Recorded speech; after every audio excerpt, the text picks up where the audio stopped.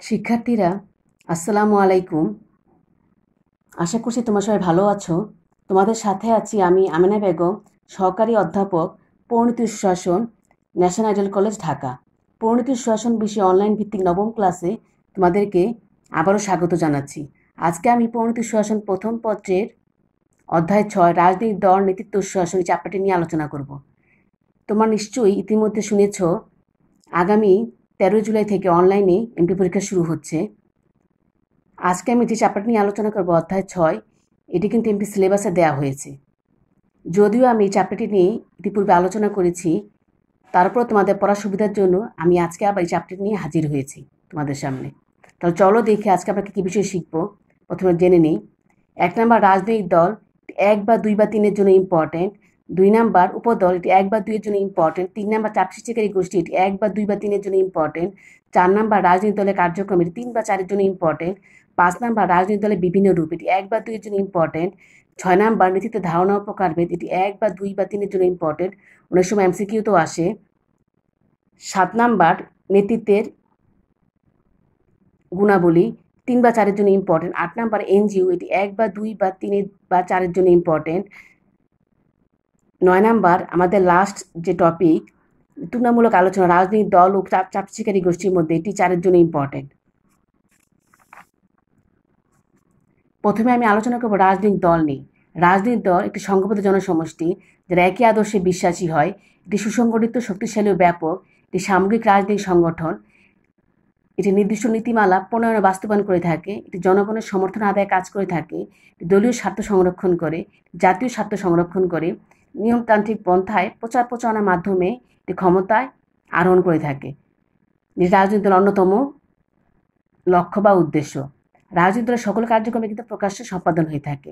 শিক্ষার্থীরা, রাজনৈতিক দলের উপর যে পার্মানেন্ট সংজ্ঞা বা মনীষী সংজ্ঞা দেওয়া আছে বইয়ে, তোমরা পারলে একটা দিয়ে দিবে। এবার আমি আলোচনা করব উপদল নিয়ে। উপদল দলীয় নীতি ও কর্মসূচির কোনো ক্ষেত্রে যখন কিছু সংখ্যক সদস্য দ্বিমত পোষণ করে, তাদেরকে নিয়ে উপদল গঠিত হয়। এটি ক্ষুদ্র ব্যক্তি ও গোষ্ঠীস্বার্থ উদ্ধারে ঐক্যবদ্ধ হয়। রাজনৈতিক দলের খণ্ডিত রূপ। এর কাঠামো, কর্মসূচি ও লক্ষ্য সংকীর্ণ। এর সদস্যরা কোনো নীতি ও আদর্শের বন্ধনে আবদ্ধ থাকে না। এটি স্থিতিশীল ও সুসংগঠিত সংগঠন নয়। একে কুচক্রী দলও বলা হয়ে থাকে। এবার আমি আলোচনা করব চাপ সৃষ্টিকারী গোষ্ঠী নিয়ে। এরা নিজ স্বার্থের দ্বারা আবদ্ধ হয়। এরা সরকারকে চাপ প্রয়োগ করে নিজেদের স্বার্থ উদ্ধার করে থাকে। এটি রাজনৈতিক দল নয়, নির্দলীয় বা অরাজনৈতিক সংগঠন। এরা সরকারি ক্ষমতা দখল করে না, এরা নির্বাচনে অংশ নেয় না, তবে দলগুলোকে যানবাহন, অর্থ দিয়ে সাহায্য করে থাকে। এরা সাংগঠনিক ভিত্তি দুর্বল। এদের কাজ গোপন বা অপ্রকাশ্য। এদের বৃহৎ জাতীয় কল্যাণের লক্ষ্য থাকে না। এখন আমি আলোচনা করব রাজনৈতিক দলের কার্যাবলী নিয়ে। বর্ণভাবে আসতে পারে প্রশ্ন। রাজনৈতিক দলের ভূমিকা ও গুরুত্ব আলোচনা করো। দুটি প্রশ্নের অ্যান্সার আমরা পেয়ে যাবো যদি আমরা নিচের পয়েন্টগুলি ভালোভাবে বুঝতে পারি। 1 নাম্বার জনমত গঠন। রাজনৈতিক দল দলীয় নীতি, কর্মসূচি, বক্তৃতা ও প্রচারের মাধ্যমে জনমত গঠন করে থাকে। 2 নাম্বার রাষ্ট্রীয় সমস্যা নির্ধারণ। রাজনৈতিক দল রাষ্ট্রের আর্থসামাজিক ও রাজনৈতিক সমস্যা চিহ্নিত করে ও সমাধানে কাজ করে থাকে। 3 নাম্বার প্রার্থী মনোনয়নের প্রচারণা। রাজনৈতিক দল নিজ দলীয় কর্মসূচি প্রচারের মাধ্যমে নিজ দলের প্রার্থীর পক্ষে প্রচারণা চালায়। 4 নাম্বার সরকার গঠন। নির্বাচনে যে দল জয়ী হয় সে দল সরকার গঠন করে থাকে। 5 নাম্বার রাজনৈতিক চেতনা প্রসার। রাজনৈতিক দল জনগণের উদাসীনতা ও অজ্ঞতা দূর করে এবং জনগণের মধ্যে রাজনৈতিক শিক্ষা বিস্তার করে থাকে। 6 নাম্বার স্বেচ্ছাচার প্রতিরোধ। কোনো দলই গণবিরোধী ও স্বেচ্ছাচারী কার্যকলাপে লিপ্ত হয় না, কারণ তারা সবসময় জনগণের চাপে থাকে। 7 নাম্বার সাংবিধানিক উপায়ে ক্ষমতা পরিবর্তন। রাজনৈতিক দল সবসময় শান্তিপূর্ণ ও সাংবিধানিক পদ্ধতিতে ক্ষমতা পরিবর্তনে বিশ্বাসী, ফলে বিপ্লব বা বিদ্রোহের প্রয়োজন হয় না। 8 নাম্বার ভোটারদের স্বার্থ সংরক্ষণ। রাজনৈতিক দল সবসময় লক্ষ্য রাখে যে ভোটারের নাম ভুলবশত বাদ পড়ল কিনা, ভোটারগণ স্বাধীনভাবে ভোট দিতে পারছে কিনা, ভোট গণনায় কোনো কারচুপি হচ্ছে কিনা। 9 নাম্বার পয়েন্ট স্বার্থের একত্রীকরণ। রাজনৈতিক দল ধর্ম, বর্ণ, গোত্র ও বিভিন্ন পেশার মানুষের স্বার্থের একত্রীকরণে বিশেষ ভূমিকা পালন করে থাকে। আমাদের লাস্ট পয়েন্ট জনগণ ও সরকারের মধ্যে সেতু বন্ধন। রাজনৈতিক দল সবসময় জনগণ ও সরকারের মধ্যে সেতু বন্ধন হিসেবে কাজ করে থাকে। সরকারি দল ও বিরোধী দলগুলির বক্তব্যের ফলে জনগণ রাষ্ট্রের সমস্যা সহজেই অনুধাবন করতে পারে। এবারে আমি আলোচনা করব রাজনৈতিক দলের বিভিন্ন রূপ নিয়ে। আমরা জানি দল ব্যবস্থা 3 ধরনের: একদলীয় ব্যবস্থা, দ্বিদলীয় ব্যবস্থা, বহুদলীয় ব্যবস্থা। 1 নম্বর একদলীয় ব্যবস্থা। যখন কোনো রাষ্ট্রে সাংবিধানিকভাবে একটিমাত্র রাজনৈতিক দল থাকে তাকে একদলীয় ব্যবস্থা বলে। এই ধরনের দলীয় ব্যবস্থা সরকার স্থায়ী হয়, জরুরি অবস্থায় উপযোগী হয়, এছাড়া সামাজিক ও অর্থনৈতিক উন্নয়ন হয়।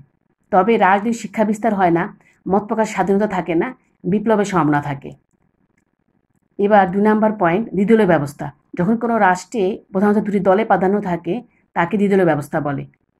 এই ধরনের দলীয় ব্যবস্থায় রাজনৈতিক জোট গঠন হয় না, তবে জনগণের পক্ষে মতামত প্রদানের সুবিধা হয়, তবে সব মত প্রকাশিত হয় না। গ্রেট ব্রিটেন ও মার্কিন যুক্তরাষ্ট্র এই ধরনের দলীয় ব্যবস্থার প্রকৃষ্ট উদাহরণ।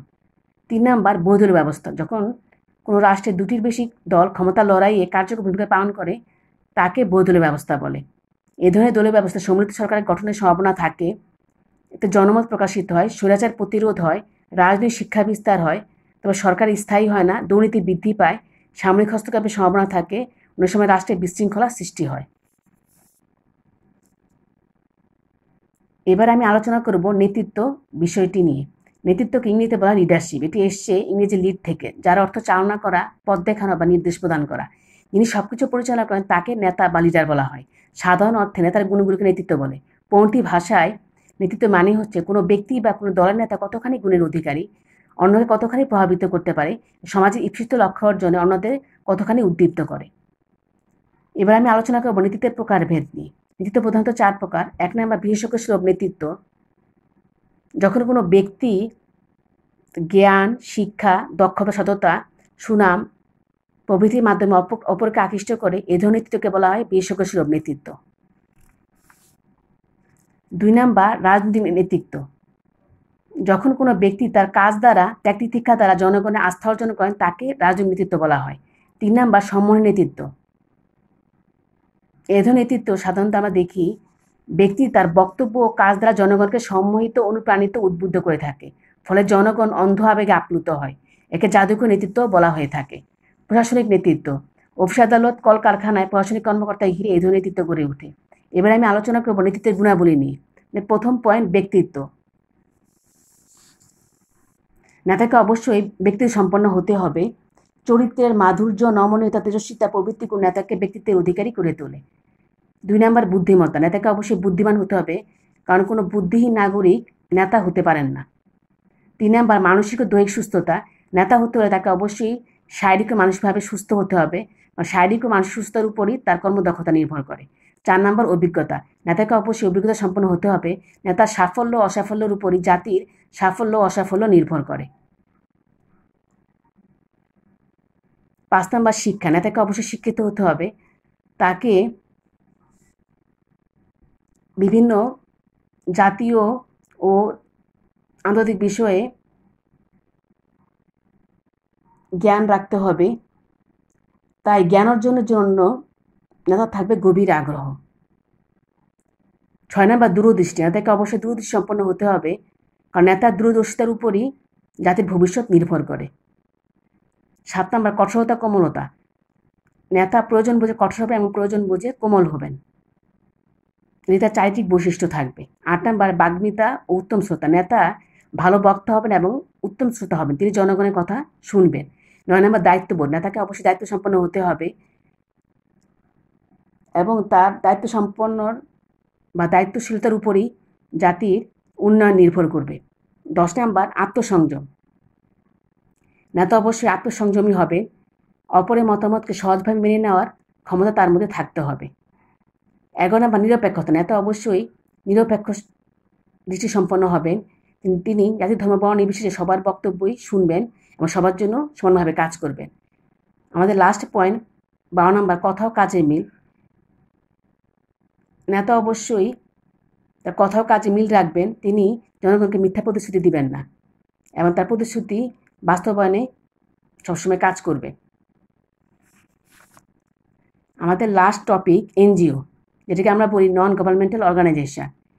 এটি বেসরকারি এবং স্বেচ্ছাসেবী সংগঠন, একটি উন্নয়ন সহযোগী সংস্থা, অনুন্নত উন্নয়নশীল রাষ্ট্রের অর্থনীতিকে গতিশীল রাখতে সহায়তা করে, স্থানীয় ও গ্রামীণ জনগণের দারিদ্র্য দূরীকরণে ভূমিকা পালন করে থাকে, নারীর ক্ষমতায়নে ভূমিকা পালন করে থাকে, গ্রামীণ জনগণের বিনিয়োগ সচেতনতা বৃদ্ধিতে ভূমিকা পালন করে থাকে, মানব সম্পদকে কাজে লাগিয়ে মানব সম্ভাবনা জাগ্রত করে এনজিও, ক্ষুদ্র পুঁজি সংগ্রহ ও সমাবেশে ভূমিকা পালন করে এনজিও, বিদেশি রাষ্ট্র ও দাতা সংস্থাগুলো এনজিওকে বিভিন্নভাবে সাহায্য সহযোগিতা করে থাকে। শিক্ষার্থীরা, আশা করছি তোমরা আজকে আলোচনার মাধ্যমে উপকৃত হবে। সবাইকে ধন্যবাদ। আসসালামু আলাইকুম।